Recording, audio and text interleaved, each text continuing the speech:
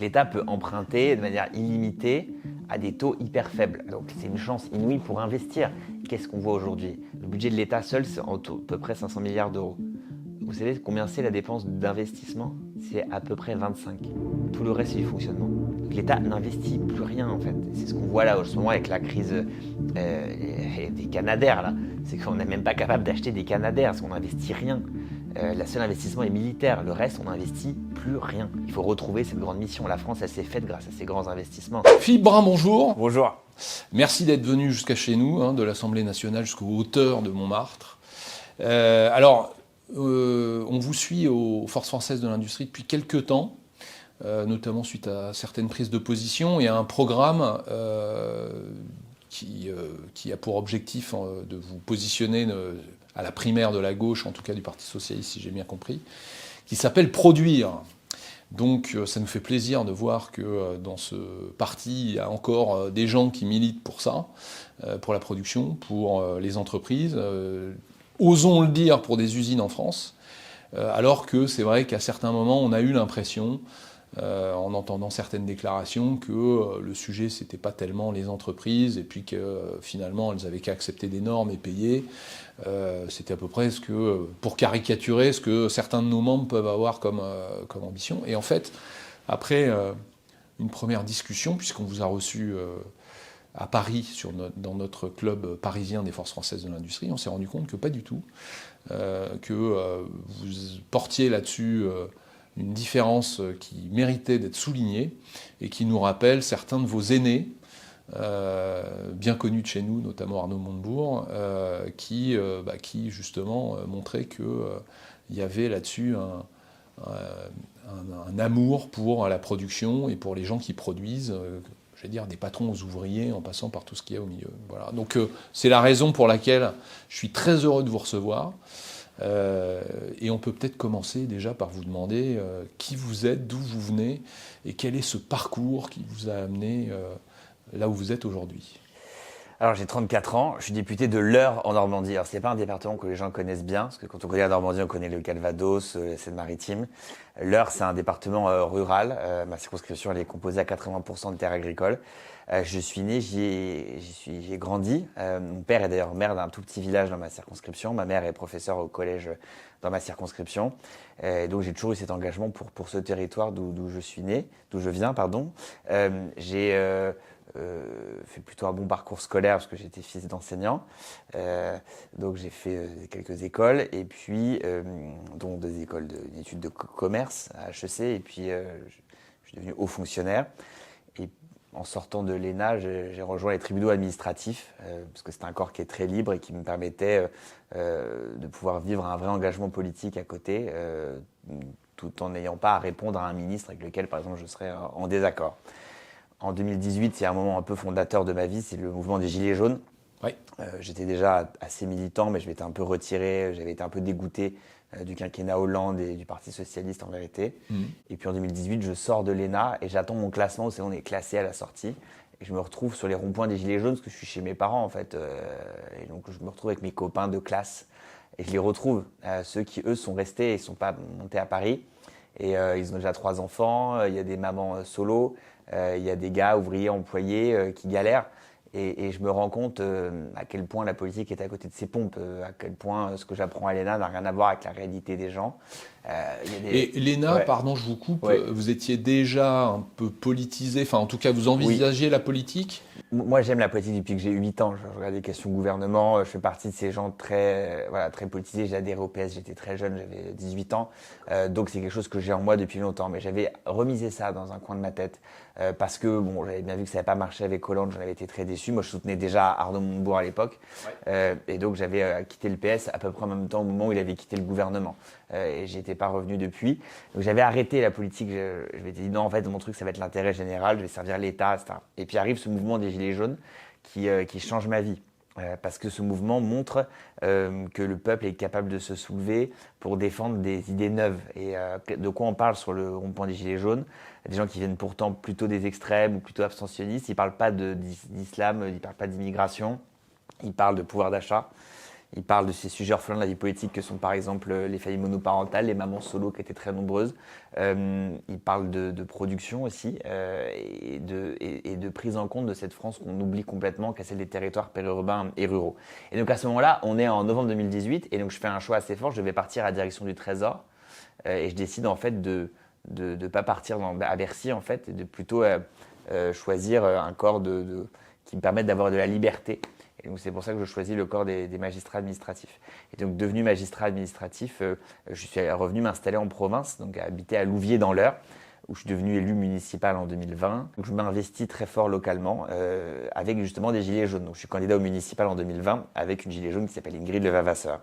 Et donc on fait une liste qui propose de rénover complètement la démocratie municipale avec des référendums, des initiatives citoyennes municipaux et qui met en avant toutes ces nouvelles idées. Et c'est une liste encartée ou c'est une liste de rassemblement? De rassemblement local, quoi. Voilà. Elle pense à la même chose que vous, Ingrid? Oui, elle est plutôt de gauche. Plutôt de gauche. Et donc on fait un beau score, on fait 18% et on arrive deuxième derrière le maire sortant. Il y avait 4 listes de gauche, on arrive premier devant les listes de gauche officielles, ce qui nous a donné de la force pour la suite. Puis ensuite, je suis candidat au départemental, je perds à nouveau. Donc j'ai perdu beaucoup d'élections avant d'en gagner. Et puis en 2022, je fais la campagne d'Arnaud Montebourg. Et puis je suis candidat aux législatives. La campagne pour la présidentielle? Exactement. Je l'ai suivi partout en France. Je m'occupais de tout. Je portais les bagages. Je portais aussi le stand parapluie qu'on mettait derrière lui pour faire des stand-up.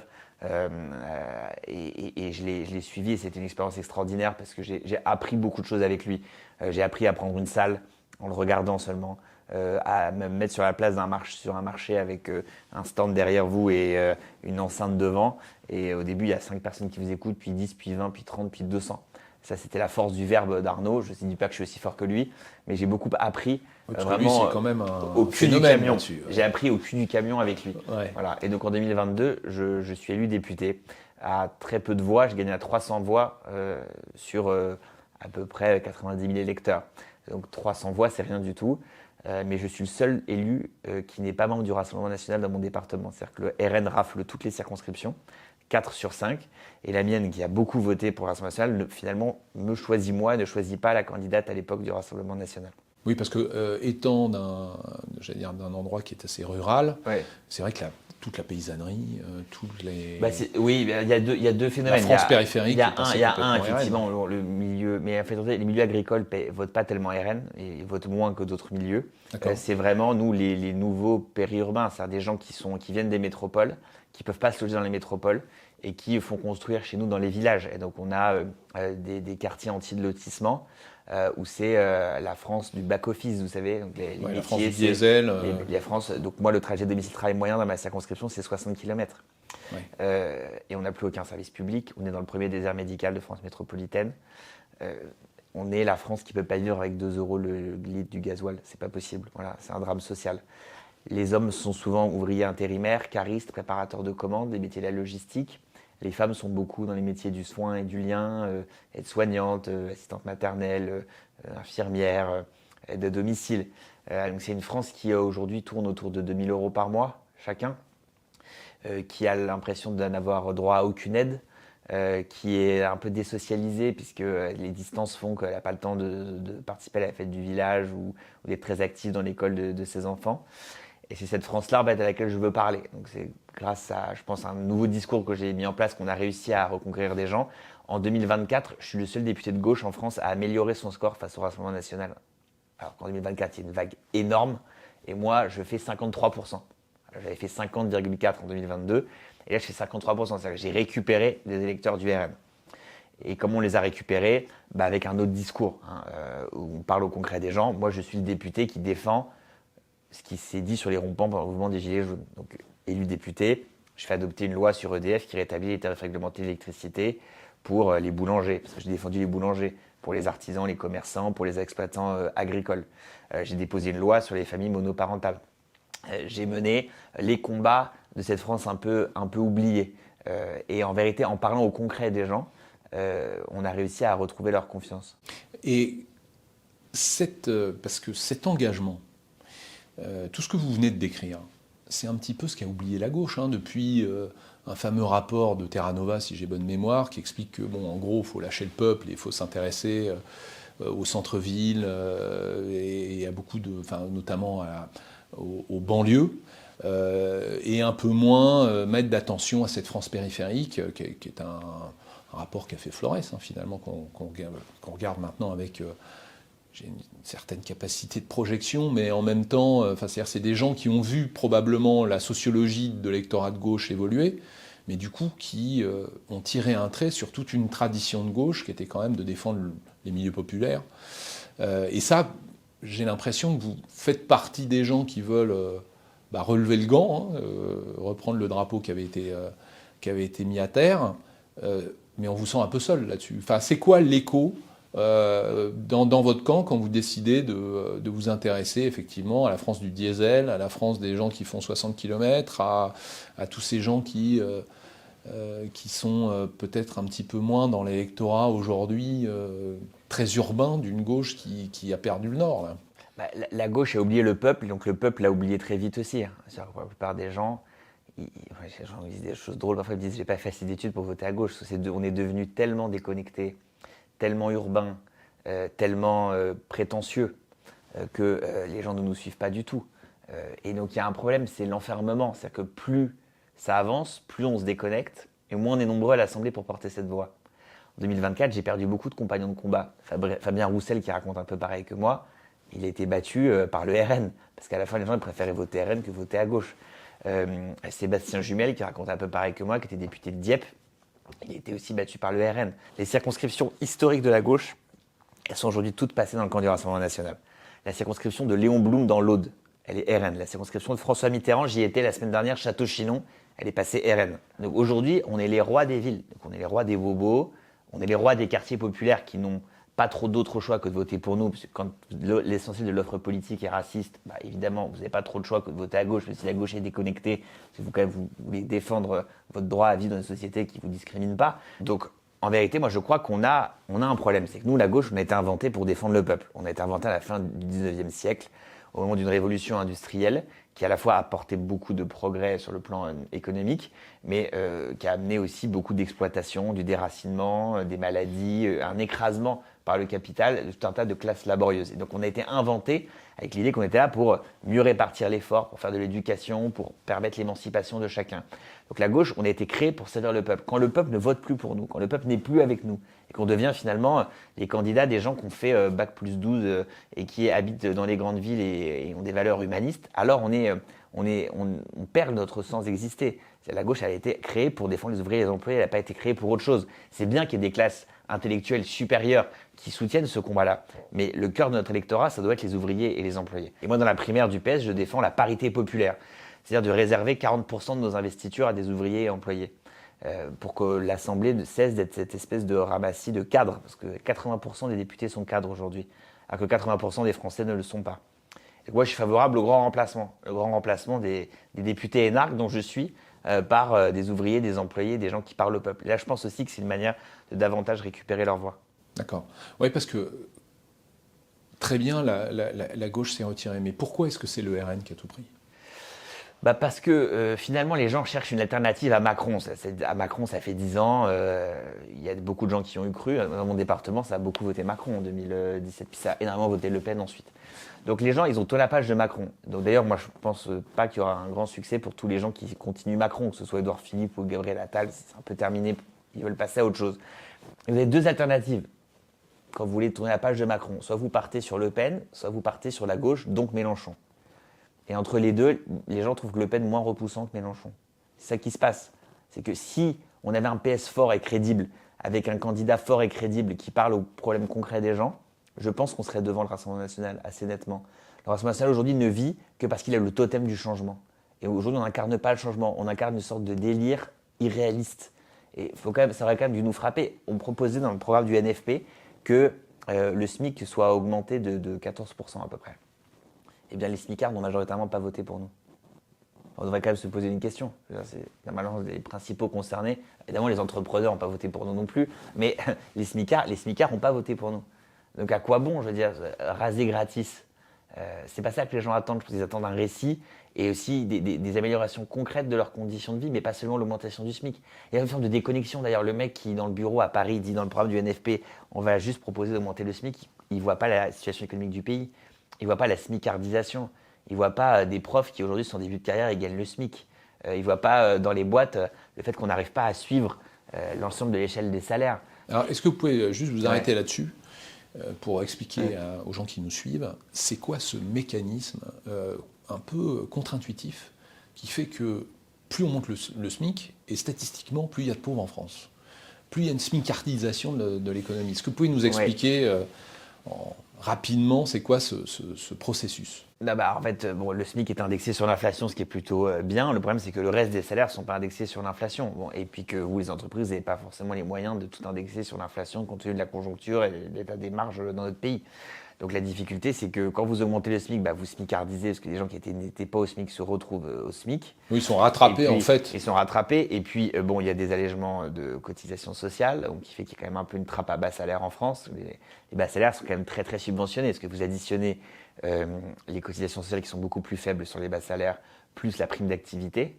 À la fin, ces politiques qu'on a mis en place dans les années 90, elles sursubventionnent quand même le travail plus qualifié. Oui, donc moi, si j'ai un employé au SMIC et que je veux l'augmenter ou lui donner une prime parce qu'il a bien bossé, et qu'on a bien gagné notre vie, etc., je sors de la trappe à bas salaire et là, je me prends toutes les charges. Là, ça explose. Ça explose. Donc, quand je l'augmente 200, ça me coûte 400. Et alors, quel est le résultat de ça ? C'est simple, c'est qu'en gros, tous les gens qui gagnent en France autour de 2 000 euros par mois, 2 200 euros par mois, se sentent complètement lésés. Parce qu'en fait, le gap pour passer de 1 500, 1 600 euros par mois à 2 000, il est énorme. Parce que l'employeur, il se prend une énorme augmentation de ses cotisations sociales. Et cette France des 2 000 euros par mois, c'est celle-là à laquelle il faut parler.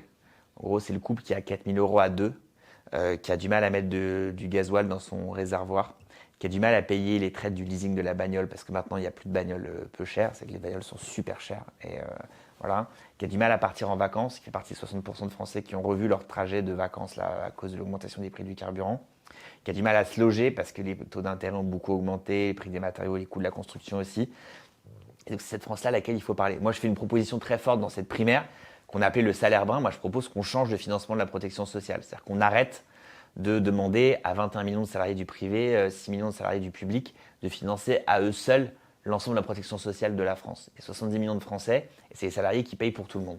Et moi, je propose qu'on baisse de manière assez importante la CSG. Alors, on peut faire le calcul en ligne, salairebrun.fr, et on baisse la CSG sur les actifs qui gagnent moins de 4 000 euros net par mois, et on redonne de l'air. Ça donne à peu près 150 à 200 euros par mois. Et la différence, on va la chercher où ? Alors moi, je propose qu'on change l'assiette et qu'on taxe notamment les géants du numérique qui aujourd'hui font très très grands bénéfices en France, qu'on ait aussi une contribution de l'ensemble des services numériques, et je pense notamment évidemment à l'intelligence artificielle. C'est pas la taxe sur les robots, mais elle remplace aujourd'hui des humains. Il est logique que le logiciel aussi et les gains de productivité qu'il amène, il y ait une rétribution sociale. Mais j'ai cette conviction assez profonde dans un pays qui vieillit. On aura bientôt 30% de retraités. Dans un pays qui en plus s'automatise et vit la révolution de l'intelligence artificielle qu'il va falloir vraiment prendre à bras le corps, on ne peut pas demander aux salariés de payer seuls la protection sociale de tout le monde. On s'en sortira jamais. Les salariés sont les vaches à lait du système aujourd'hui. Dans l'éducation nationale, le taux de cotisation pour les enseignants est de 80%. C'est-à-dire qu'un jeune prof, il cotise et 80% de son salaire qui part pour un prof à la retraite. Bah oui, parce que je crois qu'ils sont à 1 pour 1, c'est-à-dire qu'il y a un retraité du public pour un salarié du public. Voilà, et donc ce choc démographique, il nous coûte très très cher. Mais pourquoi on l'a pas anticipé ça ? Enfin, moi, parce qu'on n'anticipe rien. Je suis un peu plus vieux que vous, mais je me rappelle quand j'étais au lycée ou à la fin du collège, déjà, donc on devait être dans les années 90, déjà on disait, mais ce passage de 65 à 60 ans pour la retraite, ça ne tiendra pas. Enfin, qui va payer ses retraites ? Donc la démographie, c'est quand même l'un des seuls trucs. Là, on parle du climat, on parle de plein de choses. C'est très compliqué de partir dans des évaluations précises. La démographie, c'est beaucoup plus simple. Tout en sachant ça, on a quand même des générations de politiques qui ont laissé le truc Je crois que la gauche n'a pas fait une réforme des retraites. Si, on a fait avec Hollande la loi Touraine. La loi Touraine, voilà. Je crois qu'il y a eu une réforme des retraites de gauche, toutes les autres c'était à droite, et de toute façon l'une comme l'autre, ça a bloqué le pays. Oui, la retraite est un sujet très important. C'est aujourd'hui l'essentiel de l'augmentation de la dépense publique. Vous savez, quand on dit la dépense publique, alors la télé, ils vous racontent les agences, tout ça, c'est rien du tout. Enfin, la dépense publique de l'État, aujourd'hui, elle a beaucoup baissé durant ces dernières années. Quand vous regardez depuis le début des années 2000, la dépense publique d'administration pure, elle a baissé de 2,5% de PIB. La dépense publique d'éducation, elle a baissé de 2 points de PIB. C'est énorme. Qu'est-ce qui explose? Vieillesse, plus 6 points de PIB. Maladie, plus 6 points de PIB. Donc c'est vraiment, en fait, le vieillissement de la population, c'est l'effet majeur aujourd'hui. Et donc on a un système de retraite complètement déséquilibré. C'est 450 milliards de prestations, 250 milliards de cotisations, donc le truc est complètement déséquilibré. Alors on s'en sort grâce à la CSG, grâce à des transferts dans tous les sens. Enfin, c'est juste complètement déséquilibré. Donc ce vieillissement-là, il faut qu'aujourd'hui on en prenne pleinement la mesure. On va avoir une très grande phase là, de transmission de patrimoine, parce on va avoir pas mal de décès. Et donc là, ça va rapporter, sans changer les taux d'héritage, 7 milliards d'euros en plus par an. Moi, je pense que ces 7 milliards, il faut les utiliser pour essayer un peu de décharger les salariés. Moi, je propose par exemple qu'on mette en place un système de retraite par capitalisation. On a aujourd'hui un système de retraite par répartition. Il faut en garder ces piliers fondamentaux. Et je propose qu'on mette en réserve 15 milliards par an pour créer un grand fonds souverain français géré par les partenaires sociaux, pas géré par l'État, géré par les partenaires sociaux, pour œuvrer à la réindustrialisation du pays et un investissement dans l'intelligence artificielle. On aurait un outil formidable. La France est un pays capitaliste sans capital. La part en fait des fonds de pension en France, c'est même pas 10% du PIB, c'est autant que le Malawi. Aux États-Unis, il y a 180% du PIB qui est sur les marchés pour défendre la souveraineté industrielle américaine. Du coup, ils achètent le monde. Ils achètent le monde entier. Nous, on est incapables de nous défendre. Est-ce qu'on aurait réussi? Est-ce qu'on aurait laissé partir Alstom, Technip à l'époque si on avait eu un fonds de pension français? Je ne le crois pas. Alors il ne faut pas tomber dans la dérive des fonds de pension américains. C'est pour ça que moi je ne propose pas, comme Édouard Philippe, qui propose la capitalisation individuelle. Moi je propose quelque chose de collectif. C'est un fonds collectif, obligatoire, souverain, géré par les syndicats, la CGT, les patrons, et qui ensemble investissent dans l'économie française. Et le rendement il est énorme. Aujourd'hui, on a déjà un fonds qui s'appelle le fonds de réserve des retraites, qui vraiment est très peu doté, mais qui a un rendement de 4%. Le rendement de la répartition, on est autour d'1%. Donc quand vous passez à 4% de rendement, ça permet de financer quand même ce système. Mais ça ne vous inquiète pas que finalement le paritarisme qui fonctionne si mal en France avec tout ce qu'on a confié au paritarisme, enfin beaucoup de choses, c'est quand même géré un problème d'anticipation. Hein. Est-ce que donner un quitus de gestion à des gens qui sont si politisés, sont tellement dans la posture, est-ce que ça va rassurer les cotisants? L'Agirc Arrco, par exemple, est le bon exemple. C'est géré par les partenaires sociaux, c'est très bien géré. D'accord. Le système, il est excédentaire, alors que tous les autres régimes sont déficitaires. Donc ça peut marcher? Oui, ils prennent des décisions pas faciles. Hein. L'Agirc Arrco, ils ont désindexé les retraites. Ce qu'on n'a pas été capable de faire, nous, les politiques, dans le projet de loi de financement de la sécurité sociale. Et d'ailleurs, à raison, parce que moi, je pense que les petites retraites doivent être indexées sur l'inflation. Mais eux, ils n'ont pas eu de problème, ils ont pris la décision. Donc moi, je crois justement que les partenaires sociaux travaillent, quand on leur donne des responsabilités, ils travaillent bien ensemble. Et l'Unédic, c'est la même chose. L'Unédic est plutôt bien géré. Ouais. Et en fait, les autres, c'est probablement aussi parce que c'est un paritarisme de façade. Oui, exactement. Ce qu'on m'a expliqué, c'est-à-dire en gros, la gestion opérationnelle a été reprise en main par l'État. C'est ça, exactement. Et ça marche moins bien. Ça marche pas. Ouais. Et quand c'est eux-mêmes qui décident, vous regardez Unédic, Agirc Arrco, ça marche très bien. Voilà. Donc on peut peut-être revenir à l'esprit de la sécurité sociale du début. C'est évident. Ouais. Il faut mettre fin à l'ère Juppé, mais c'était pour Maastricht, parce qu'on voulait pouvoir piloter un peu nos finances sociales, parce que la France devait rendre des comptes devant la Commission européenne. Moi, je pense qu'il faut redonner la main aux partenaires sociaux. Les caisses de sécurité sociale, c'est pas fait pour être administré par l'État. Ok. Alors, là, on a parlé brièvement des retraites, on a parlé de cette France des ronds-points. Et vous avez donc un projet qui s'appelle Produire. Alors, quel est le lien entre retraite, rond-point, smicardisation de l'économie et la production? Le problème majeur de la France, c'est son appauvrissement. C'est-à-dire qu'on ne se rend pas compte tous les jours, ça ne se voit pas quand on se promène dans la rue à Paris. Mais la France, c'est un pays qui décroche, qui joue en deuxième ligue et qui, sur un continent qui lui-même décroche. C'est-à-dire qu'en 2011, le PIB par habitant aux États-Unis était le même que le PIB par habitant en Europe. Aujourd'hui, c'est la moitié. Oui, puis quand on se compare à la Suisse, c'est pire. Et voilà. Donc, il faut se rendre compte quand même de ce qui s'est passé, ce décrochage d'une politique européenne qui a tué les entreprises européennes. Donc, on a une politique qui marche complètement sur la tête. Donc, qui a été d'abord d'une forte austérité budgétaire, qui a amené en France des hausses d'impôts, ailleurs des baisses de dépenses importantes dont certains pays ne se sont pas remis. Portugal a eu de très grandes difficultés, Grèce a eu de très grandes difficultés. Donc, ça a cassé vraiment très fortement l'économie. Ensuite, on a eu quand même cette politique de régulation qui est ubuesque. Enfin, la Commission européenne qui pond des circulaires, des directives en permanence, empêche les concentrations, empêche les créations de champions européens, empêche la création d'économies d'échelle et d'acteurs de niveau mondial, et dans le même temps, ensevelit ces entreprises sous les contrôles tatillons. Voilà, on a vraiment une économie qui ne tourne pas rond. Voilà, et donc on ne prévoit rien. Je veux dire, aujourd'hui, là, on travaille sur l'intelligence artificielle. L'Europe n'est pas prête parce que les entreprises françaises ne sont pas prêtes, parce qu'elles sont averses au risque, parce qu'elles passent leur journée à gérer de la conformité et du droit européen. Donc il faut changer complètement de logique. Donc mon programme qui s'appelle Produire propose de donner une priorité au prochain mandat, c'est augmenter le produit intérieur brut, produire, c'est-à-dire relocaliser les médicaments critiques, relocaliser la production sur l'ensemble des sujets où nous avons besoin d'être souverains et arriver à la frontière sur l'intelligence artificielle. On en est très loin aujourd'hui, par une commande publique accrue dans le secteur de la défense. Ça veut dire quoi, arriver à la frontière ? C'est-à-dire être parmi les meilleurs du monde, c'est-à-dire être devant ou à côté de ChatGPT ou Claude. Bon. Et pour arriver à la frontière, on estime qu'il faut à peu près 700 milliards d'euros d'investissement. Ce qui est gigantesque, alors public et privé, mais je crois que ça doit être la grande priorité du mandat. Il faut que, comme au moment de l'arme atomique, on arrive à développer notre propre autonomie stratégique. On avait les mêmes débats d'ailleurs, c'est assez intéressant, à la fin des années 50 sur l'arme atomique, où il y avait la position de dire les Français on n'y arrivera pas, il faut qu'on achète du produit américain. Et Gérald de Gaulle a dit non. Il dit on va développer notre propre arme atomique. Et donc d'abord, les Américains nous ont aidés et puis on a développé nos propres compétences. Et la commande publique militaire a fait le reste. Et la France est aujourd'hui un très grand pays. Et il n'y aurait pas eu les applications civiles d'ailleurs, et le nucléaire français auquel nous sommes très attachés, si on n'avait pas eu finalement ce courage d'y aller seul et de remonter à la frontière. Il faut qu'on arrive maintenant à remonter à la frontière technologique sur l'IA. Si on passe à côté de cette révolution-là, la France va être un pays de 8e catégorie. Et puis, relocaliser toutes les choses critiques dont nous avons besoin, notamment les semi-conducteurs. Il faut qu'on fasse les semi-conducteurs chez nous.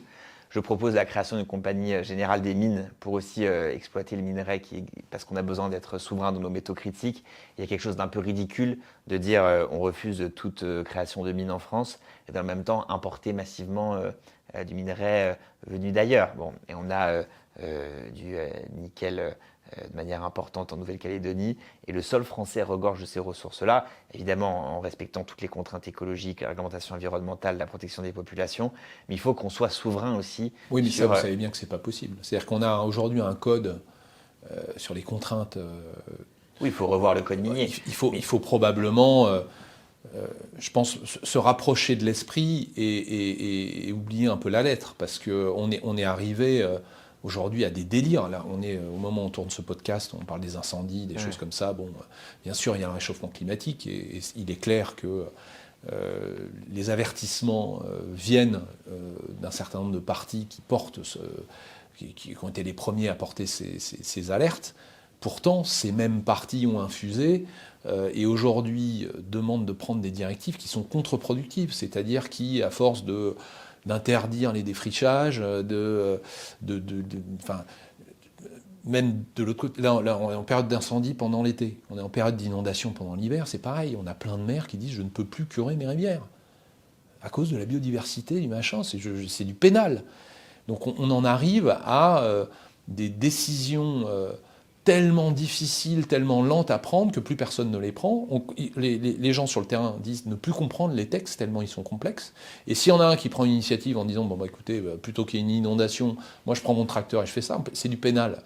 Donc on en arrive à des délires où, au nom d'une bonne intention, je veux dire, on est tous conscients que il faut prendre en main ces sujets climatiques et environnementaux, et ben on arrive à des stupidités absolues qu'on voit pareil. Enfin, moi j'ai l'impression que c'est bis repetita, c'est-à-dire que c'est quasiment les mêmes gens qu'on dit moi je vais sauver les ouvriers, 40 ans après leur politique fait qu'il n'y a plus un ouvrier en France et les derniers qui restent ils votent plus pour eux. J'ai l'impression que c'est pareil sur l'environnement. Est-ce qu'il n'y a pas un problème de méthode et surtout d'esprit. C'est-à-dire qu'au lieu d'opposer, de dire moi je vais défendre les ouvriers donc je vais taper sur les patrons, et là je vais défendre la nature donc je vais taper sur les agriculteurs. Est-ce que vous sentez, bon je suis un peu caricatural, mais bon, moi je pense histoire de vous lancer. En France, il y a un grand lobby qui est le lobby de l'impuissance publique. C'est-à-dire les gens qui se coalisent pour qu'on fasse rien. Et ce lobby est puissant. Il a transformé complètement la fonction de l'État. C'est-à-dire que l'État, sa fonction il y a encore 20 ans, c'était de réglementer, mais c'était surtout d'accompagner pour avancer, de produire. Bon. Et donc, les anciennes DREAL, vous savez, les inspecteurs aujourd'hui de l'environnement, etc., à l'époque, étaient là pour accompagner les entreprises, pour les aider à développer industriellement et aussi protéger les ouvriers, la réglementation environnementale, etc. Aujourd'hui, on est uniquement dans de la contrainte, tout le temps. Les DREAL, c'est uniquement de la contrainte aujourd'hui. C'est l'idéologie. On a changé le rôle. Le rôle, maintenant, c'est un rôle réglementaire. C'est à la fois la libéralisation, les privatisations d'entreprises, ont fait que l'État a plus du tout une vision de production. Parce qu'avant, quand l'État il gérait lui-même, il le fait à nouveau parce qu'on a renationalisé EDF, mais il gérait lui-même l'électricité, la production de pétrole, etc. Il avait une vision productive. Aujourd'hui, l'État a une vision uniquement de réglementation tatillonne, parce qu'il ne fait plus rien lui-même. Donc, il délègue à d'autres et il se retrouve complètement dépourvu. Il y a plein de pays où il ne fait rien lui-même et il est quand même moins dogmatique. Oui, mais la France a un esprit, en vérité, où les Français attendent énormément de leur État. Et je pense qu'il y a eu une erreur fondamentale, c'est de croire qu'on pouvait faire la France sans l'État. Enfin, Gérard de Gaulle disait il n'y a de France que grâce à l'État. Il avait raison. Et donc la France est grande quand son État est grand. Quand son État est défaillant, il n'y a plus de France. Bon, c'est comme ça, c'est les conditions de l'équilibre de notre nation.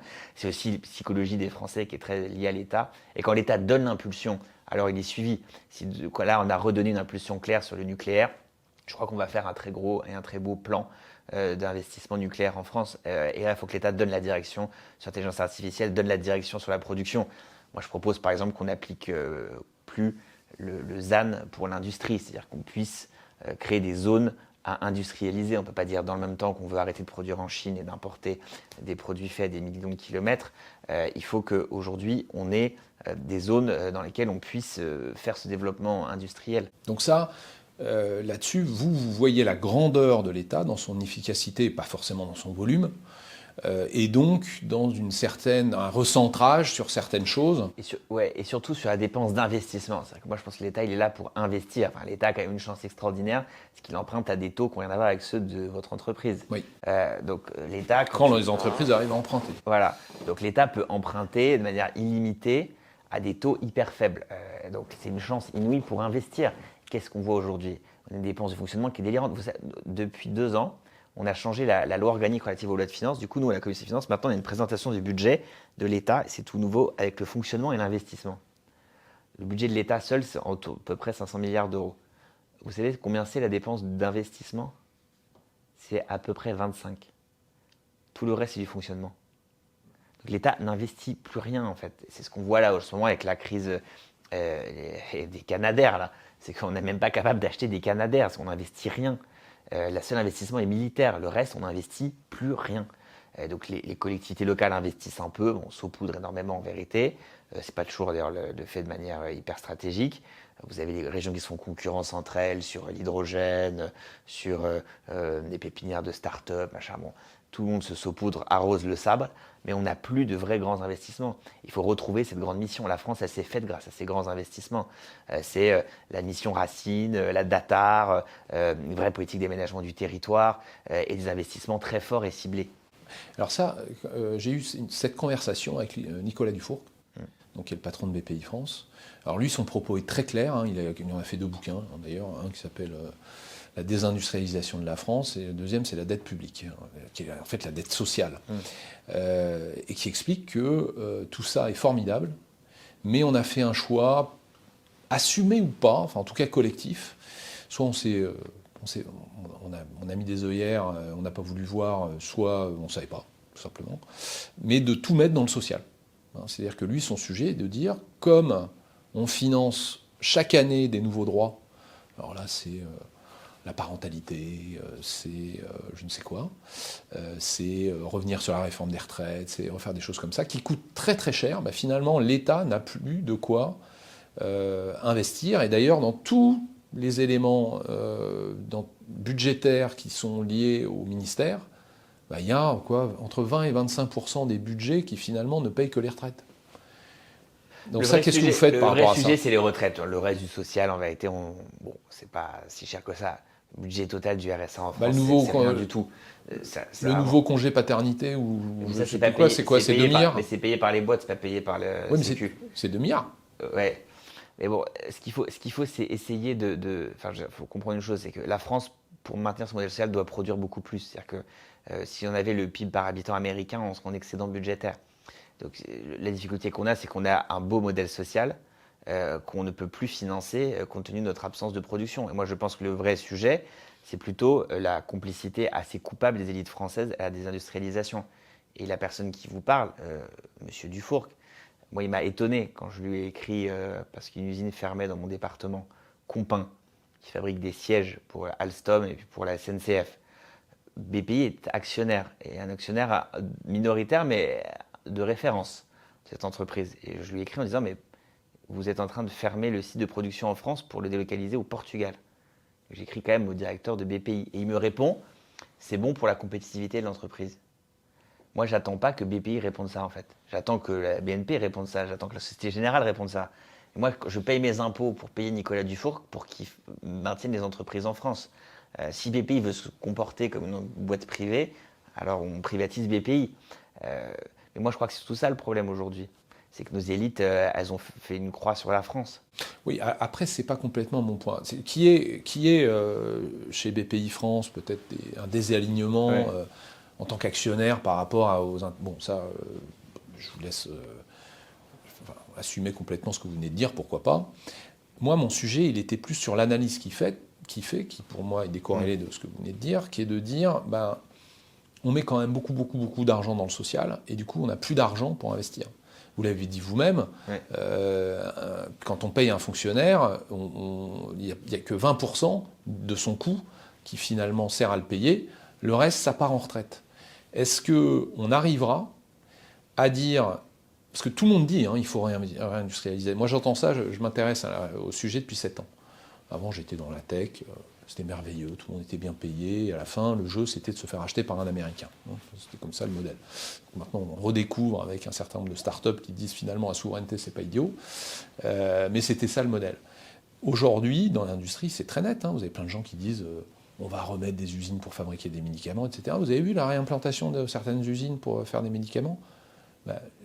La Sécu, qui n'a plus d'argent, négocie tellement bas les prix que les usines françaises n'arrivent pas à leur vendre et qu'ils font venir du truc de Chine et d'Inde.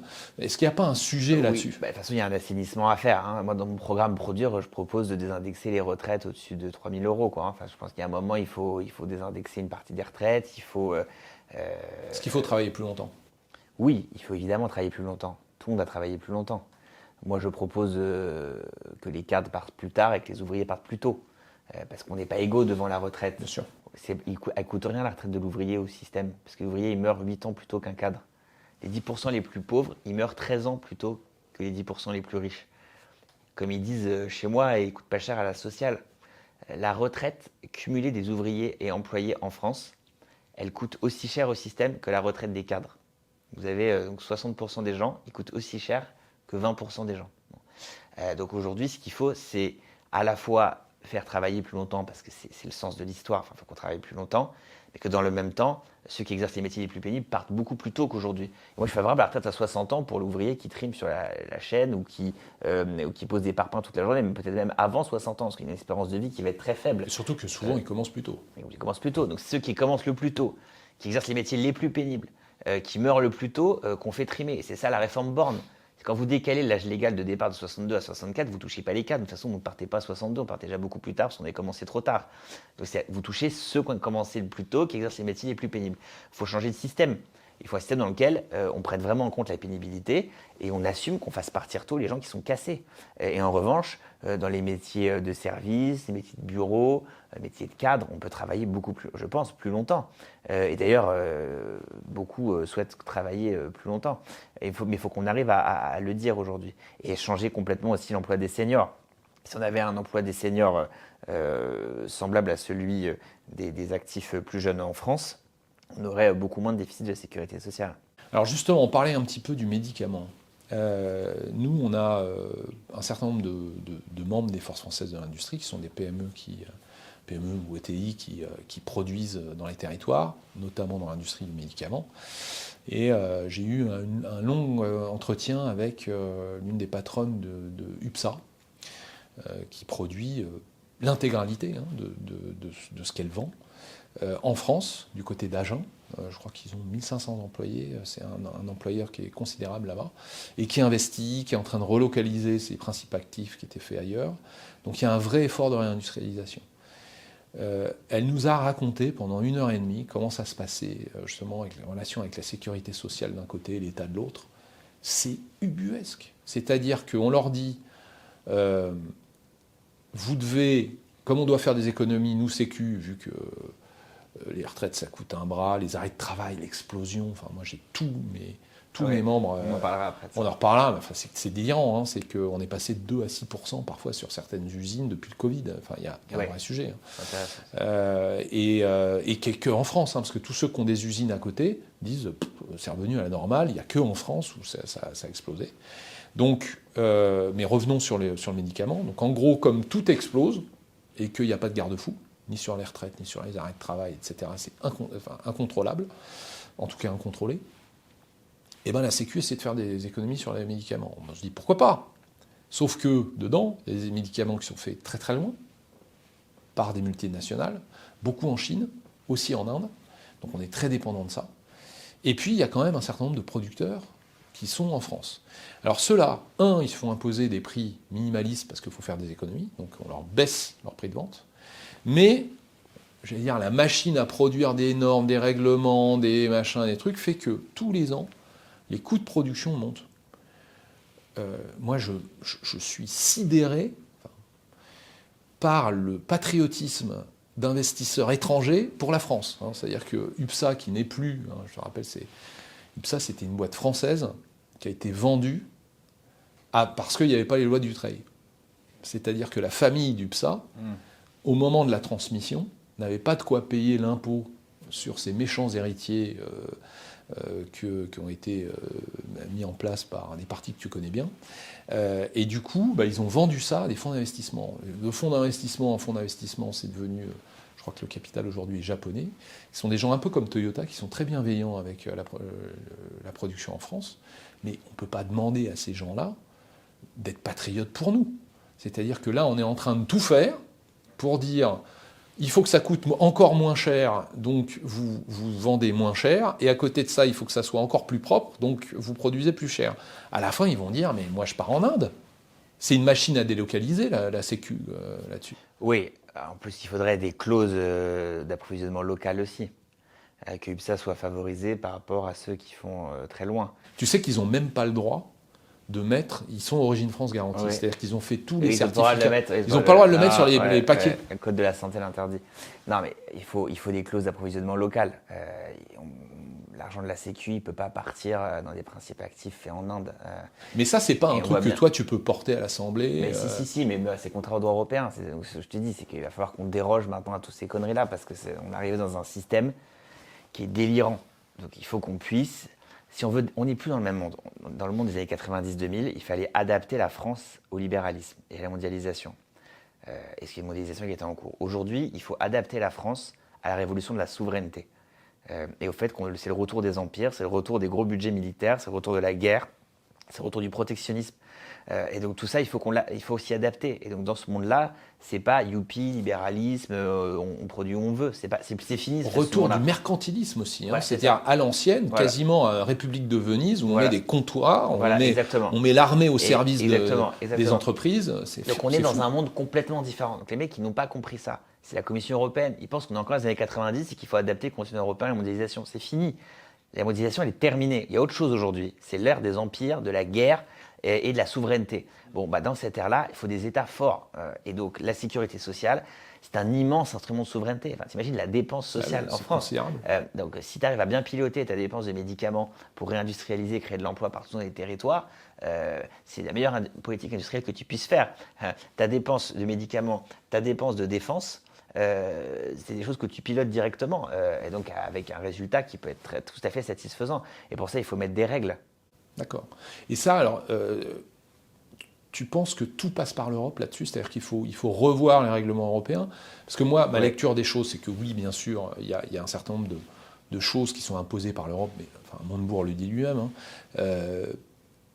On a quand même, nous, en France, la possibilité, de ne pas surtranscrire systématiquement les règlements qui nous tombent dessus, mais également de jouer avec ces règles. Les Allemands, les Italiens, les Hollandais, les Espagnols, ils arrivent bien à piloter cette commande publique. Pourquoi nous, on n'y arrive pas? Parce que nous, on a les gardiens du temple partout.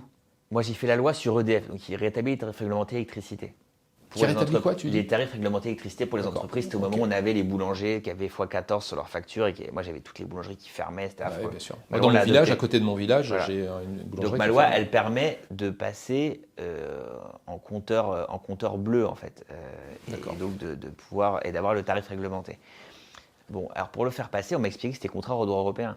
Je me souviens avoir un débat avec l'Escure à l'époque. Ils prenaient un air docte, de mecs très intelligents. C'est contraire au droit européen. J'ai dit désolé, on va la lire ensemble la directive, en fait. On a le droit de le faire. Donc on va le faire maintenant. Donc on l'a fait. Et au cœur de la crise, ça a sauvé pas mal de boulangeries artisanales qui ont pu avoir un tarif réglementé sur leur compteur. Ça a tout changé parce que le prix était devenu complètement hors de contrôle, avec beaucoup d'arnaques d'ailleurs. Regardez l'Espagne et le Portugal. Ils ont dérogé aux règles européennes de fixation des prix d'électricité au pire moment de la crise. Regardez ce qu'ils ont fait sur le carburant. Ils ont mis la TVA à 5,5 sur le carburant au plus fort de la crise. C'est interdit par les textes européens. Mais la Commission européenne a fermé les yeux en disant c'est ciblé et c'est uniquement pour une très courte période de quelques mois, donc on ferme les yeux. Il faut faire turbuler le système aujourd'hui. Il faut que demain, le président français, le Premier ministre, aille à la Commission européenne dire voilà, nous, on veut défendre la souveraineté industrielle européenne, on est prêt à jouer le jeu avec tout le monde, mais nous, on a besoin de clauses d'approvisionnement local. On a besoin de protéger nos entreprises. On a besoin que vous nous laissiez faire. Voilà. Et moi, je pense qu'on peut obtenir tout à fait ces dérogations. De toute façon, quand la France veut, la France peut. On a mis en place des emprunts européens comme jamais on avait réussi à le faire pendant le Covid, où là, ça n'a dérangé personne qu'on ne respecte pas les règles. La BCE ne respecte même pas ses propres règles quand elle fait le quantitative easing. Elle fait des interventions sur les marchés alors que rien ne prévoit dans ce statut, elle ne respecte pas les règles. L'Espagne et le Portugal ne respectent pas les règles. Donc à nous maintenant de faire turbuler le système pour sauver l'économie européenne. Parce que la vérité, c'est que si on continue comme ça, mais dans 10 ans, on sera un continent en voie de sous-développement, qui aura une dette hyper élevée, qui ne pourra plus tenir son système social, qui aura l'extrême droite partout dans tous les pays. Il n'y aura plus rien qui tiendra, quoi. Le problème de la France et le problème de l'Europe est un problème d'abord économique. C'est pour ça que j'ai appelé mon programme « Produire ». Parce que le reste, si vous voulez, on peut le régler. Mais si on n'a pas un niveau de richesse suffisant pour maintenir notre rang, pour maintenir notre système social, pour maintenir nos écoles, on s'en sortira jamais. Alors, dans tout ce que tu as dit, moi, il y a un truc qui me fait un peu tilt. Et c'est vrai qu'à chaque fois qu'on reçoit quelqu'un de gauche, et on aura l'extrême droite. Moi, j'ai l'impression que ça devient une sorte de posture qui empêche de penser correctement. C'est-à-dire que le sujet, il est pragmatique. C'est-à-dire que tout ce que tu viens de dire, tout ce que vous venez de dire, ça empêche les entreprises de se développer, ça bloque les initiatives, ça crée de l'enlisement, de l'appauvrissement, etc. Si demain, il y a une extrême droite qui dit la même chose sur certaines choses, on a l'impression que s'ils disent que le soleil brille, il va y avoir de tous les autres partis une opposition à ça qui fait que finalement, sur tout un tas de trucs, ils deviennent, enfin c'est pas le cas, mais ça pourrait, si je tire mon raisonnement jusqu'à l'absurde, devenir les seuls à décrire une réalité que tous les autres se masquent. Est-ce que le sujet, c'est pas de dire extrême droite, on s'en fout, enfin tu vois, le sujet c'est la France, et c'est de se dire, tu vois, tu as réussi à faire passer une loi sur sur le RN a voté pour. Voilà. Est-ce qu'il n'y a pas des majorités à trouver? Tu vois, par exemple, je te trouvais, je t'ai cité UPSA, tu vois, un truc comme le médicament, ce genre de choses. Est-ce qu'il n'y a pas des gens à l'Assemblée, sans se dire droite, gauche, centre, machin truc, mais carrément en disant, écoutez, ce truc est une connerie. Il nous reste quelques mois, on va le faire passer. Ça permettrait en plus de démontrer que c'est possible et que, messieurs, dames, allez voter, ça sert à quelque chose, quoi, parce qu'aujourd'hui, c'est ça le sujet. Tu as les gens qui vont dire bon, super, j'ai un super député, j'étais content. Bon, qu'est-ce qui s'est passé? On ne peut pas, parce que ça, c'est l'Europe ne peut pas. Là, il y a le Conseil. Pareil, tu vois, Conseil d'État, la Cour des comptes, le machin, un truc comme ça. On a l'impression, le Conseil constitutionnel, qu'on sait nous-mêmes créer des instances qui vont être plus royalistes que le roi. Tu vois, par exemple, quand tu écoutes Arnaud Montebourg sur le Conseil d'État, il leur dit c'est des gens qui jouent contre la France et qui se soumettent à des choses européennes que beaucoup d'autres pays contestent. C'est-à-dire que les Allemands, leur équivalent du Conseil d'État, si je l'écoute, c'est des gens qui vont dire, attendez, est-ce que l'intérêt de l'Allemagne et le droit des traités est respecté? Il faut savoir que tout l'édifice européen a été construit par des Français. C'est-à-dire que les règles, tout ça, c'est nous qui les avons créées. C'est des élites françaises qui étaient en poste à Bruxelles qui les ont inventées. Donc c'est vrai que c'est une création qui est très nationale. Et le Conseil d'État est un corps qui a fourni beaucoup de ces hauts fonctionnaires brillantissimes qui ont constitué tout cet édifice. Il faut évidemment le revoir aujourd'hui. La question sur le RN, c'est une bonne question. Moi, je n'ai jamais d'approche morale sur le RN. Il faudrait qu'on en ait une. Moi, je pense qu'on peut avoir une approche morale, mais elle ne marche pas dans l'opinion publique. Moi, je n'ai pas gagné ma circonscription sur une approche morale. J'ai battu le RN sur une approche pratique. C'est-à-dire que les gens me trouvaient plus compétent que le mec en face et pensaient que les problèmes que soulevait le RN, j'étais plus à même de les régler que le mec en face. Moi, je suis très proche de tout un électorat qui, d'habitude, peut voter RN, qui est resté avec nous parce qu'il a vu un autre discours. Oui, parce que les gens sont quand même relativement, sont même très pragmatiques. Mais tu sais, la politique, c'est comme le business. C'est pas en critiquant les autres que tu t'en sors. Oui, mais les gens, ils achètent ton produit. Pardon, mais t'es le premier politique que je rencontre qui me fait ça. Les gens, ils achètent ton produit parce que t'as le meilleur produit. Il faut aller dans ton couloir de nage. Moi, je suis toujours resté dans mon couloir de nage. C'est pas la peine d'aller dire du mal des autres, machin. Bon. Évidemment que RN me fait peur pour plein d'aspects, mais si on fait une campagne présidentielle, on est uniquement là-dessus, on est mort. On est mort parce qu'ils gagneront très facilement. Donc il faut que nous, on développe une autre proposition politique. Autre élément, produire, il faut des usines. Des usines, c'est de l'industrie. L'industrie, il faut du capital. Bon, donc tu as parlé de 700 milliards, tu as parlé de tout un tas de chiffres. Cet argent, on l'a. On l'a dans l'épargne. On a encore des familles qu'on n'a pas encore foutues à poil. Parce que ça aussi, j'aimerais t'entendre là-dessus. Le capitalisme et l'industrie, et l'économie européenne, c'est du capitalisme familial. Aux alentours, au tournant des années 80, on avait à peu près autant d'ETI en France qu'il y en avait en Allemagne. Bon, alors c'était l'Allemagne de l'Ouest, parce qu'à l'époque, il n'y en avait pas en Allemagne de l'Est, donc ça règle le problème. Aujourd'hui, il y en a beaucoup plus, et le décrochage s'est fait, on va dire, de l'arrivée de l'impôt sur la fortune et de la taxation sur les héritages, enfin l'élévation de la taxation sur les héritages, jusque à peu près aux lois Dutreil. Et les lois Dutreil ont permis, en tout cas c'est à ce moment-là, qu'on voit à nouveau un nombre d'ETI, d'entreprises de taille intermédiaire, qui remontent en France. Là-dessus, à chaque fois que je discute avec un certain nombre de politiques, il y a une contradiction, en tout cas il y a un débat entre la transmission du capital, en tout cas je ne parle que de l'entreprise, les yachts, l'immobilier, le machin, que ça soit taxé, formidable. Mais le fait que ça soit taxé comme un bien, enfin comme un héritage, un patrimoine, fait que à la fin, on a moins de TI parce que ceux qui les reçoivent doivent payer tellement d'impôts que soit ils les vendent, soit ils sont obligés de taper dans l'entreprise pour se générer plus de revenus pour payer les impôts, et donc l'entreprise a moins d'argent pour investir et finit par perdre.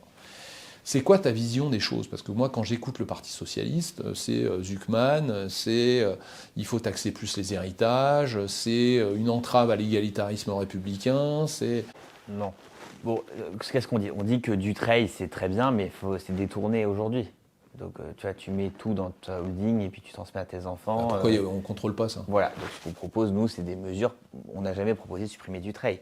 Nous, on propose des mesures pour que Dutreil soit vraiment Dutreil. C'est-à-dire la protection du patrimoine productif, pas du patrimoine improductif. Oui. Donc, effectivement, immobilier, bureaux, des appartements ou les yachts, ou même juste des remontées de cash, parce que c'est aussi pas mal. Bon, c'est pas normal, parce que d'un côté, vous avez des gens la classe moyenne qui se font assassiner d'impôts au moment des transmissions à la suite du décès d'un parent.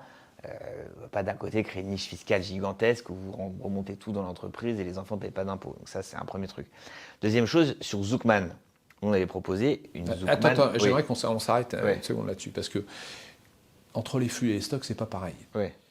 Explique-moi comment on remonte de l'argent dans une holding et qu'on se le sert sans payer d'impôts. Parce que moi, j'ai pas trouvé. J'ai une holding, personnellement, mais j'ai pas réussi. Là. Bah, si tu peux ne pas te le servir. C'est-à-dire qu'en fait, en gros, tu vis sur ta holding. Comment tu fais?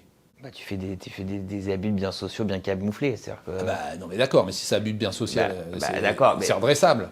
Ouais, mais ça se redresse pas facilement. Enfin, en réalité, tu as moyen de complètement vivre sur ta holding, tu sais très bien. Les appartements, les bagnoles, les notes de frais, enfin, tu peux ne te verser aucun revenu et vivre complètement sur ta holding. Seulement où et ton loyer est pris en charge, et ta bagnole est prise en charge. Mais c'est illégal. Oui, bah, Non, mais attends, moi je t'assure que si j'achète un appartement sur ma holding, que je vis dedans, mais je suis redressé, mais enfin, on a des contrôles fiscaux tous les ans. Oui, enfin, de fait, on remarque quand même que tu peux tout à fait justifier le caractère professionnel de l'appartement parce que tu travailles toute la journée, donc tout est professionnel. Bon. Moi, franchement, je comprends pas parce que on en arrive pour quelques abus. Enfin, je veux dire, un yacht, ça se voit. Hein. Non, mais bien sûr. Bon. Une voiture de luxe, ça se voit. Dutreil, il n'y a pas des économies énormes à faire dessus. Voilà, je pense que Dutreil, il y a quelques millions d'euros à aller chercher dans la fraude et tout. Bon, mettons de côté Dutreil. Ensuite, Zoukman. Ouais. Nous, on avait dit, Zoukman, c'est une idée universitaire intéressante. Il faut l'adapter à la réalité économique. C'est ça la difficulté qu'on a eue. C'est que l'idée universitaire qui dit, première chose intéressante, qu'il faut un impôt différentiel. Moi, je trouve ça bien. C'est mieux que l'ISF où on taxe sans regarder qui on taxe, de dire on fait un impôt différentiel, c'est-à-dire que si tu ne payes pas le juste montant d'impôt global de tout ce que tu as, alors on te taxe, mais seulement à cette condition-là. Moi, je trouve ça c'est intéressant dans Zoukman. Deuxième chose, il faut l'adapter au droit fiscal français et à la contrainte économique, c'est-à-dire que quand tu ne peux pas dire qu'une entreprise qui ne fait pas 2% de rentabilité, elle paye 2% de Zoukman. Parce qu'est-ce qui va se passer ? En fait, l'entreprise, ils vont vendre leur part à un fonds qui ne lui paiera pas de taxe Zoukman. Bon, c'est ça la difficulté. Donc nous, on proposait, l'amendement qu'on a déposé, c'était ma collègue Estelle Mercier, on proposait de retirer les entreprises familiales de Zoukman. Donc ça ne touchait pas les entreprises familiales à plus d'1 milliard. Et on proposait aussi de retirer toutes les startups pour essayer de protéger l'outil productif. Bon, qu'est-ce qu'il faut en retenir ? Moi, je pense qu'à la fin, il faut qu'on arrive à aboutir à une contribution différentielle sur les hauts patrimoines, en excluant l'essentiel du patrimoine professionnel productif, et pour que chacun paye son juste niveau d'impôt. Il y a des choses assez scandaleuses. Le chiffre qui a été sorti quand même par Bercy, on voit qu'il y a quand même 13 000 foyers multimillionnaires qui ne payent pas 1 euro d'impôt sur le revenu. Ça pose question. Donc il y a quand même un vrai travail de justice bidon, ça. à Moi, faire. j'ai regardé cette étude. Pourquoi c'est du bidon ? Pourquoi c'est du bidon ? Demain, tu as un appart qui vaut, parce que tu as acheté il y a 40 ans ton appart dans le 7e. Bon, aujourd'hui, tu es multimillionnaire. Quel rapport avec tes revenus ? Donc, tu es propriétaire d'un bien qui ne te rapporte rien, et donc qui ne génère pas de revenus, mais c'est un gros patrimoine. Donc, en fait, on va te dire, après, on te sort un article du Monde, on dit, il y a 7000 multimillionnaires qui... Bah oui, mais dedans, tu as le type... ou la dame qui a son appart, comme Mélenchon. Hein. Mélenchon, il est propriétaire d'un appart dans Paris. Il est millionnaire. Est-ce qu'il a joué en bourse ? Non, c'est pas ça. Donc, ça s'explique de façon très simple. Un capital foncier peut partir dans les étoiles. T'es vigneron, tu possèdes ta terre, t'es en Bourgogne, en machin, un truc comme... En Bourgogne, ça fait longtemps que ça vaut cher. Mais... Oui, donc, c'est quand même dingue que tu payes 0 € d'impôt sur le revenu. Ça veut dire que... L'impôt sur le revenu, c'est sur le revenu. D'accord, très bien. C'est pas sur le capital. Quand tu as réussi à avoir ce niveau de patrimoine immobilier, il y a quelque chose qui cloche, c'est que tu as d'autres types de revenus, y compris même pour l'entretenir, pour payer la taxe foncière qui est quand même importante. Mais tu as déjà payé des impôts dessus. Et qui est la taxe foncière quand même importante pour payer tout ça, il y a forcément des revenus. Donc on sait très bien qu'aujourd'hui... tu vois bien que non. T'as pas le même... Bah si. Regarde. Si... je prends ton raisonnement. Ouais. Bon, c'est un peu technique, pardon, mais ouais, ça m'intéresse. Ouais. Tu dis, tu as eu des revenus pour t'acheter ça. C'est ça que tu dis. Tes revenus sont taxés. Donc il n'y a pas de problème. Si moi je suis un avocat je gagne plein d'argent. Je suis donc taxé sur mes revenus, et avec cet argent, je peux m'acheter un appart dans le 7e. Bon, donc j'ai payé, pas de problème. Là, le sujet, c'est que tu as beaucoup de cas. Là, on a parlé d'immobilier, parce que tous les Français comprennent l'immobilier. C'est pareil pour les entreprises. Je crée une entreprise. Elle vaut de l'argent, tout à coup, parce que j'ai fait une augmentation de capital, parce que je me sers des revenus qui ne sont pas énormes, voire même je suis actionnaire de ça. Tu vois, j'ai mis dans une start-up le truc, je deviens millionnaire dans les chiffres.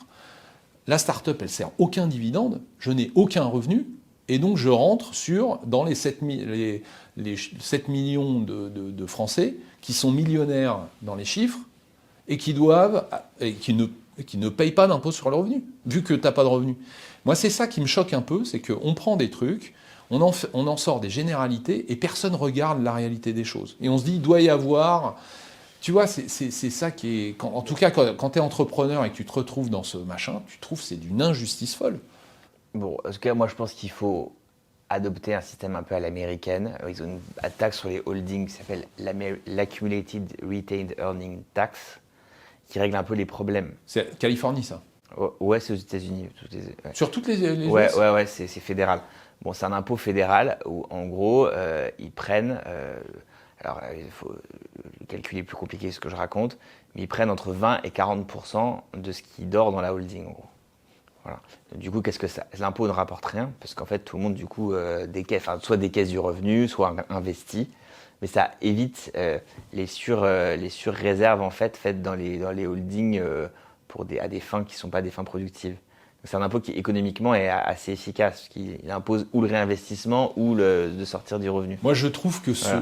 Bon, après, c'est mon avis, et on est là pour parler de toi et pas de moi. Ouais. Hein, mais je trouve que cette quête éperdue d'égalitarisme, ce qui, pour moi, n'est très différent de l'égalité, fait qu'à la fin, on prête des choses à des gens, des intentions à des gens qui ne sont pas les bonnes. Et tu vois, je vais te citer... moi, j'ai eu cette discussion avec beaucoup de nos membres qui sont des patrons de TI, donc qui rentrent complètement dans les fortunes personnelles de Zuckman, etc., parce qu'ils sont propriétaires de leur entreprise. C'est des gens qui ont tous des holdings, parce que, moi j'en connais un, Philippe Véran, qui s'était beaucoup exprimé, c'est pour ça que je le cite sur le sujet. Lui, c'est un type, tu le poses dans un département, tu reviens 20 ans après, il a apporté à ce département, enfin je veux dire, c'est Jean Valjean qui arrive et qui crée son usine et tout le canton commence à prospérer. Il a, je sais pas, 150 participations, il investit dans des restos, dans des machins, dès que ça lui plaît. Enfin, c'est formidable d'avoir quelqu'un comme ça. Et il ne peut le faire que parce qu'il a une holding qui fait que quand il a des entreprises qui marchent moins bien, voilà, et à ce moment-là, ça passe par là, etc. Bah oui, mais le modèle de la holding en soi est vertueux. Voilà. Mais il y a des abus. Il faut aussi comprendre qu'on veut réglementer ces abus. Ça ne me paraît pas délirant. Faites des contrôles. Oui. On a 5 millions de fonctionnaires, on va même en trouver, qui vont regarder s'il n'y a pas un yacht, s'il n'y a pas un appartement qui machin. Enfin, je veux dire, quand on voit le côté tatillon qu'on est capable de déployer pour certains types de contrôles, on se dit que, en plus, on a l'une des administrations fiscales au monde qui marche le mieux. Avec des fonctionnaires, ça ne me fait pas plaisir, parce que quand tu les as en face de toi, tu as bien compris que c'était comme ça, mais c'est des gens extrêmement professionnels, très compétents. Ouais. Voilà. Ils sauront faire ça. Personnes affectées au contrôle fiscal en France. Ouais. Et c'est l'une des administrations qui marche le mieux. Enfin, c'est heureusement, parce que sinon, on est mort. Ouais. Bon, on a un bon taux de recouvrement de l'impôt. Aucun pays au monde, je crois, n'arrive à avoir ça. Donc on a des gens très compétents, on a des moyens qui sont considérables. Donc pourquoi est-ce qu'on va encore chercher une loi symbolique sur un mec qui a une idée, qui est un universitaire, qui plane à 30 000, qui n'a jamais créé un emploi de sa vie, qui ne sait pas comment ça marche ces trucs-là. En plus, aucune chance que ça passe. Ça ne passera pas. Donc c'est de la posture qui fait flipper. Enfin, moi je le sais, je suis dans les réunions. Les mecs sont hors d'eux. Comment tu veux refaire venir des gens en France avec ce genre d'étendard? Ils sont tous en train de prévoir leur exil. C'est dramatique. Il a fait plein de conneries, Macron. Mais au moins, là-dessus, il y a eu une pause dans l'exil fiscal. Il y a même eu des gens, moi j'en connais, qui sont partis sous Hollande et qui sont revenus sous Macron. Bon, en ayant pris le soin de laisser des trucs ailleurs, parce qu'on ne sait jamais. On est en train de leur démontrer que ça va revenir. Enfin, je veux dire, je ne parle pas à n'importe quel socialiste, je parle à toi qui a un programme qui s'appelle Produire. On n'arrivera jamais à produire si on n'a pas des capitaines d'industrie. Je veux dire, le monde entier est en train de confier des centaines, voire des milliers de milliards, parfois d'argent public, hein, quand tu regardes ce qui se passe avec Elon Musk, qui a tous les contrats de la NASA derrière lui, pour que ces types-là inventent les trucs du futur. Alors, je ne suis pas en train de dire que c'est un mec bien, mais il invente des trucs quand même. Il nous en reste quelques-uns, parce que les autres, soit ils sont barrés, soit ils ont vendu, soit ils ont fait faillite, soit ils ne veulent plus y aller. Eh ben, on va encore leur mettre la Gestapo pour dire non, attendez, est-ce que vous êtes sûr que vous n'êtes pas trop enfin, je veux dire, le monde entier, tu l'as dit toi-même, est en train de s'armer économiquement avec des empires qui fait des trucs autour de... Et à chaque fois, tu as de l'entreprise privée. Hein. La Chine, qui se prétend communiste, c'est des entrepreneurs. Derrière, il y a l'État. Et nous, on est là en train de dire, est-ce que t'as pas trop, là ? Moi, je trouve qu'il y a un décalage total. J'arrête ma complainte, pardon. Mais qu'est-ce que tu dis de ça ? Non, mais après, moi, je pense qu'il faut... Enfin, la France, c'est pas un paradis fiscal, ça, c'est évident. Maintenant, moi, j'en ai marre des pleureuses aussi. C'est bon, l'ISF, c'était pas non plus la mort. Il n'y avait pas le patrimoine professionnel dedans. Effectivement, ça faisait un peu mal sur l'immobilier, sur... les placements qu'on pouvait avoir à droite et à gauche. Mais je pense qu'il y a beaucoup d'efforts à faire là. On parlait tout à l'heure des retraites. Tu peux pas dire aux gens on va désindexer vos retraites, on va peut-être mettre 1 euro de plus sur la boîte de médicaments, on va essayer de maîtriser un peu la dépense sociale et dans le même temps exonérer d'efforts ceux qui peuvent se le permettre. Donc moi je pense qu'il faut une sorte d'ISF qu'il faut rétablir parce on n'arrivera pas à embarquer les gens avec nous sans ça. Non mais l'abus il est dans ce que tu viens de dire. C'est-à-dire que moi je trouve qu'il y a un abus dans le social. On a été trop loin. Normalement, un régime par répartition, ça ne peut pas être en déficit. On a organisé les choses en accordant trop de droits à certaines personnes, qui étaient de bonne foi. On leur a dit, t'inquiète, tu pars à 60 ans, ça va bien se passer. C'est pas vrai, on le sait depuis. Et donc, on dit, ouais, maintenant, on va revenir à un truc normal, c'est-à-dire qu'en gros, les gars, cotisez, vous avez vos retraites, c'est comme ça. Et on va dire, comme on te demande un effort pour revenir au normal, ceux qui payent déjà des blindes, on va leur demander encore plus, comme ça, c'est juste. Autre élément, on sort la morale de ce débat. Tu regardes pratiquement les choses. 81, les lois de 82, et l'exil fiscal et la désindustrialisation qui a eu lieu. On voit bien que les patrimoines bougent. Oui, après, bon, tout ça, moi, la lecture de 81, il faut la regarder un peu différemment, parce que de 81 à les années 2000, la droite a quand même gouverné la moitié du temps. Je parle pas de droite et de gauche. Non, mais sous 80, Mitterrand était en cohabitation 2 fois de suite, une fois avec Chirac, une fois avec Balladur. Bon, donc il y a eu une phase d'industrialisation qui est surtout liée à l'époque, parce que c'était à l'époque de l'industrialisation qui a eu lieu partout en Europe. En vérité. Mais non, les Allemands, ils sont restés pas les Allemands, mais les Suisses sont très industrialisés. Le Royaume-Uni a eu cette vague-là aussi, et pourtant c'était Thatcher. Bon, donc c'est les deux seuls. Bon, parce qu'on était des pays qui étaient très financiarisés. Et pour le coup, Mitterrand a beaucoup contribué à la financiarisation de l'économie avec Bérégovoy, où on était les premiers à faire des IPO pour nos PME, on avait la première place financière européenne. Enfin, bon. Et à les obliger à vendre. Ouais. Les familles. Ouais. Bon, de toute façon, aujourd'hui, il faut, je pense, aller de l'avant. Dans la grande révolution de la souveraineté, il faut qu'on soit capable de se mettre d'accord sur un objectif commun qui est celui de produire. Et donc se mettre d'accord sur les grands sujets. Sur le nucléaire, sur l'électricité qu'on veut la moins chère d'Europe, sur l'intelligence artificielle. Il faut qu'on ait un consensus productif dans notre pays. Et c'est en construisant ce consensus productif qu'on réussira à redonner à la France sa grandeur. Bon, après, je t'autorise complètement à dire que c'est complètement con ce que je viens de dire. Non, c'est pas ça. Mais je pense qu'en fait, le problème de notre pays, c'est que je pense que les riches se plaignent trop. Enfin, c'est bon, en fait. Les riches sont des gens qui ont plus travaillé que les autres, qui ont du talent, etc. Mais chacun doit payer sa juste part à la société. Voilà. Mais qui dit que c'est juste ? Trop de victimisation. La société dit que c'est juste. Les 90% des Français sont favorables à la taxe Zuckman. Oui, mais tu vois bien qu'aujourd'hui... Alors peut-être que c'est con qu'ils soient 90% à être favorables, enfin ils y sont favorables. Donc c'est pas de l'égalitarisme, c'est pas de la haine du riche. C'est que les Français ils sont tout à fait admiratifs des grands entrepreneurs. Bernard Arnault a des bons sondages d'opinion, Michel-Édouard Leclerc a d'excellents sondages d'opinion. Donc c'est pas ça le sujet. Je pense que chacun veut qu'il y ait de la justice dans la répartition de l'effort. Oui, mais Le sentiment quand même depuis 10 ans, c'est qu'il n'y a pas de justice. C'est que tu vois, personne n'a compris les cadeaux fiscaux de Macron à une minorité déjà très bien dotée, au moment où il n'y a plus d'argent. C'est quand même des baisses d'impôts qui n'ont jamais été financées. Alors celles qui sont plus grand public, comme la taxe d'habitation, c'est du sacrilège. C'est 30 milliards d'euros qui manquent chaque année depuis qu'on l'a supprimé. C'est du déficit en plus. Supprime la redevance télé. Pareil, je veux dire, les gens, ça les emmerdait de la payer, mais enfin au moins ça finançait les France Télévisions. Maintenant, il faut qu'on trouve 4 milliards dans le budget pour financer France Télévisions. Moralité, on va devoir fermer des chaînes et tout. Enfin, même chose sur la suppression de l'ISF. C'est quelque chose de symbolique, mais qui donne l'impression qu'on est au service d'une minorité déjà bien dotée.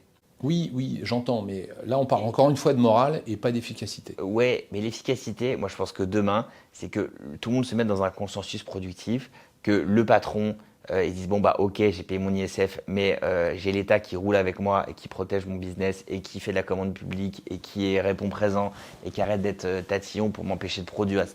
Voilà. Moi je pense qu'il faut qu'on ait ce consensus-là. D'accord. Qui se crée. Un consensus patriotique. Moi je pense que c'est ce qui manque à notre pays, c'est le patriotisme. C'est qu'on pense le Français pense qu'il est plus fort que tout le monde, y compris plus fort que la France. Ça m'intéresse. Tu peux développer?